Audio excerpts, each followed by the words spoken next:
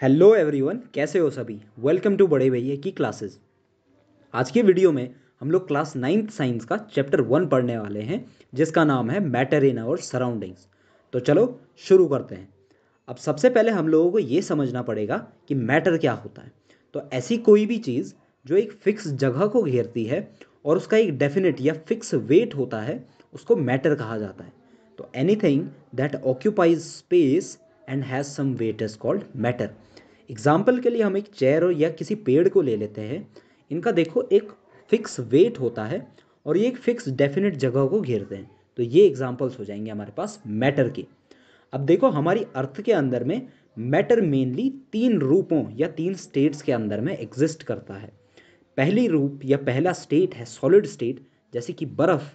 दूसरी स्टेट है मैटर की लिक्विड स्टेट, जैसे कि पानी। और तीसरी मैटर की स्टेट होती है गैसियस स्टेट, जैसे कि वाटर वेपर या भाप। अब देखो आगे चल के हम लोग डिस्कस कर लेते हैं कुछ प्रॉपर्टीज़ मैटर की। तो देखो मैटर की सबसे पहली प्रॉपर्टी ये होती है कि मैटर बहुत छोटे छोटे पार्टिकल्स से मिलके बना होता है, बहुत ज़्यादा छोटे छोटे पार्टिकल्स। दूसरी प्रॉपर्टी ये होती है कि जो मैटर के ये पार्टिकल्स होते हैं, ये इसके अंदर बहुत नज़दीक बहुत क्लोजली पैक्ड होते हैं। तीसरी प्रॉपर्टी हमको ये बताती है कि जो ये मैटर के पार्टिकल्स हैं, ये हमेशा एक दूसरे को अट्रैक्ट एक दूसरे की तरफ खींचते रहते हैं। और चौथी प्रॉपर्टी मैटर की ये है कि मैटर एक फिक्स स्पेस को ऑक्यूपाई करता है। और पांचवी प्रॉपर्टी ये है कि मैटर का एक डेफिनेट या फिक्स वेट होता है। अब देखो हमने अभी पढ़ा था कि मैटर पार्टिकल से मिलके बना होता है और इन पार्टिकल्स के बीच में स्पेस होती है, जिसको इंटरमोलिक्यूलर स्पेस कहा जाता है। तो दो पार्टिकल्स के बीच में जो स्पेस होता है उसको क्या कहते हैं, इंटरमोलिक्यूलर स्पेस बोला जाता है। अब देखो जो ये इंटरमोलिक्यूलर स्पेस होता है, ये सॉलिड्स में सबसे कम, लिक्विड्स में मीडियम और गैसेस में सबसे ज़्यादा होता है। इसका मतलब सॉलिड के अंदर के जो पार्टिकल्स होते हैं वो सबसे क्लोजली पैक्ड होते हैं, मतलब सबसे नज़दीक होते हैं एक दूसरे के। लिक्विड्स में सॉलिड से ज़्यादा लूज होते हैं, सॉलिड से ज़्यादा दूर होते हैं, बट गैसेस के कंपैरिजन में एक दूसरे के क्लोज होते हैं। और गैसेस में जो ये पार्टिकल्स हैं ये बहुत ज़्यादा लूजली पैक्ड होते हैं, जैसे कि आप देख सकते हो फिगर के अंदर में। तो चलो अब कुछ डिफरेंसेस पढ़ लेते हैं सॉलिड, लिक्विड और गैसेस के बीच में। तो पहला शुरुआत करते हैं हम सॉलिड से।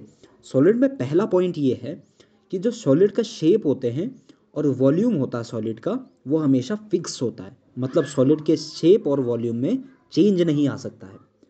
दूसरा पॉइंट ये है कि सॉलिड के जो पार्टिकल्स होते हैं अंदर, वो बहुत ही ज़्यादा क्लोजली पैक्ड होते हैं। इसका मतलब उनके बीच में जो स्पेस होगा वो बहुत ही कम होता है। और तीसरा पॉइंट ये है कि सॉलिड के पार्टिकल्स के बीच में जो इंटरमॉलिक्यूलर स्पेस होता है वो बहुत कम होता है। दूसरा अब मूव करते हैं लिक्विड्स के ऊपर में। पहला पॉइंट ये है कि लिक्विड्स का शेप फिक्स नहीं होता है, बट वॉल्यूम फिक्स रहता है। इसका मतलब देखो, अगर पानी को आप किसी बॉटल में डालो तो वो पानी बॉटल का शेप ले लेता है, अगर किसी ग्लास में डालो तो वो ग्लास का शेप ले लेता है। इसका मतलब उसका शेप फिक्स नहीं है, लेकिन फिक्स अमाउंट ऑफ पानी किसी ग्लास के अंदर आएगा। इसका मतलब उसका वॉल्यूम फिक्स है। सेकेंड पॉइंट ये है कि लिक्विड्स के अंदर में जो पार्टिकल्स होते हैं वो सॉलिड के कंपैरिजन में तो दूर दूर होते हैं, बट गैसेस के कंपैरिजन में क्लोज होते हैं एक दूसरे के। और तीसरा पॉइंट ये है लिक्विड्स में कि लिक्विड्स के पार्टिकल्स का जो इंटरमोलिक्यूलर स्पेस होता है वो मीडियम होता है। मतलब सॉलिड से ज़्यादा इंटरमोलिक्यूलर स्पेस होगा, बट गैसेस से कम इंटरमोलिक्यूलर स्पेस होगा। अब तीसरा मूव करते हैं गैसेस के ऊपर में। तो गैसेस में पहला पॉइंट ये है कि गैसेस का ना तो शेप फिक्स होता है और ना ही वॉल्यूम फिक्स रहता है। दूसरा पॉइंट गैसेस में ये है कि गैसेस के जो पार्टिकल्स होते हैं अंदर, वो बहुत ही ज़्यादा लूजली पैक्ड होते हैं। और तीसरा पॉइंट ये है कि गैसेस के पार्टिकल्स के बीच का जो इंटरमॉलिक्यूलर स्पेस है वो बहुत लार्ज होता है। देखो आगे मैटर की स्टेट्स में चेंज किया जा सकता है या होता है। तो मैटर की स्टेट्स में सॉलिड से कभी लिक्विड बन जाता है, या लिक्विड से सॉलिड बन जाएगा, या जैसे लिक्विड से गैस बन जाएगी और गैस से लिक्विड बन जाएगा। जैसे फॉर एन एग्जांपल, बर्फ़ से पानी या पानी से बर्फ़ बनाया जा सकता है, और पानी से भाप या भाप से पानी वापस बनाया जा सकता है। तो इसी के बारे में हम लोगों ने इन प्रोसेसेस के नाम पढ़ने हैं इस वाले पार्ट में। तो देखो, जब भी सॉलिड से लिक्विड किसी मैटर की स्टेट में चेंज आता है, मतलब वो सॉलिड से लिक्विड बनता है, तो उसको बोला जाता है फ्यूजन। इसका मतलब जब बर्फ़ से पानी बन रहा है तो उस स्टेट को बोलेंगे फ्यूजन। लिक्विड से जब सॉलिड बनता है तो उसको बोला जाता है सॉलिडिफिकेशन।